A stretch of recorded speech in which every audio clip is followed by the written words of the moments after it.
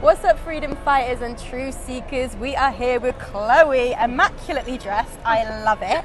And Chloe is from the Assange team, a coordinator. She has been connecting with campaigns all across the world to bring them together for this essential cause. Chloe, why do you work for the campaign? Why is this important to you? This is the most important press freedom case of the 21st century. There just isn't anything as vital and as important as this case. And of course, on one hand, we have Julian's condition. Julian's now into his 13th year of some form of isolation or incarceration, which is torture, which is absolute torture, happening in my city, here, in front of our very eyes. That in itself is enough for anyone to be concerned and join our movement.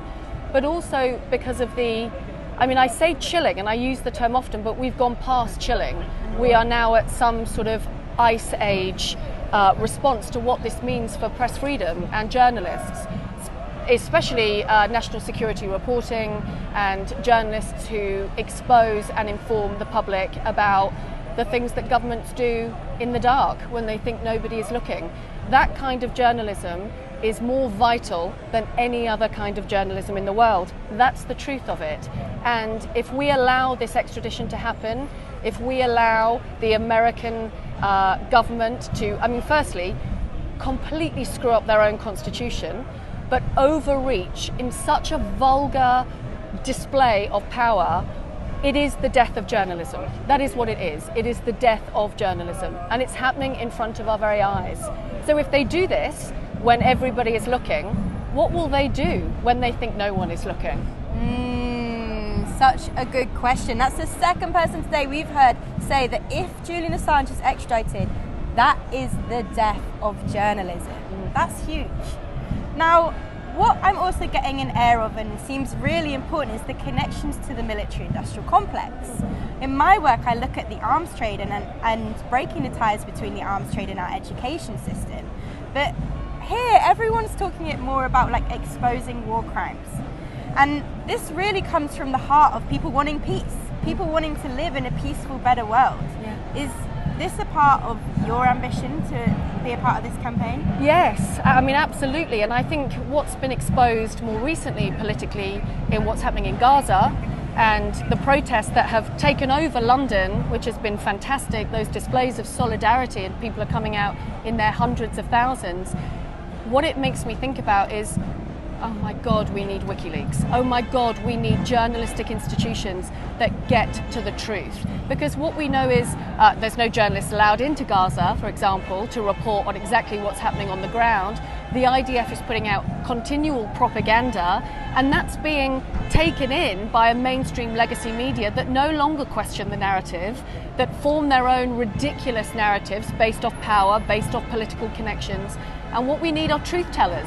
And these truth tellers that we have are scared because actually if what happens to Julian goes ahead, then any country can take a journalist from somewhere else, say we don't like what they've said, they're going to be put in prison. Now, if we were talking about Russia wanting to get its hands on Julian, we would be up in arms. But because of the connection, the military connection with the United States, our special relationship, we allow these things to happen. And it is the cost, the cost is British justice, British democracy. I feel shamed to be British with it. It's a horrible, horrible feeling.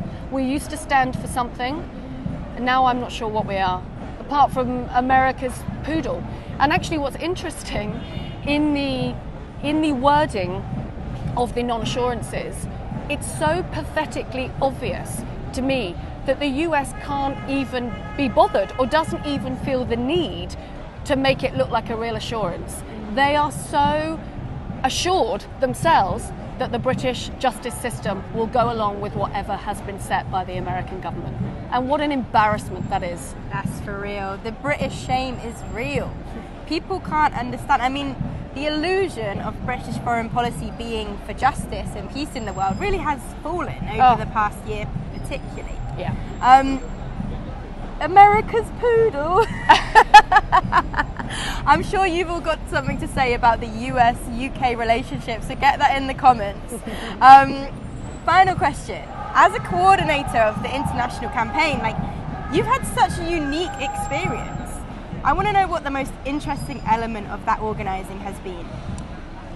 Wow, I mean, all of it has been fascinating and depressing, and I mean, the movement on the ground, the supporters, the politicians, the people we have on our side are some of the most inspiring, brave leaders that anyone could ever have on their side. We have all the good guys with us, and I know that, and it gives me comfort.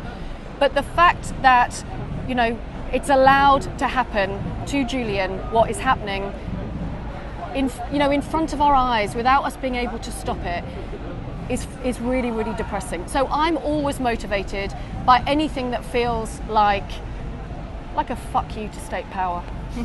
That's what I want to see. I like it when people are angry. I like it when people are on the streets. I like it when people recognize and return to their inherent power, because for too long we have closed it down, we've shut it down. We've got it in the government happening now. There are all sorts of restrictions happening about public protest, what you can and can't do. We are living in an authoritarian state. That's what's happening. And we need to fight and we need to resist. And as I always say, no surrender, no retreat.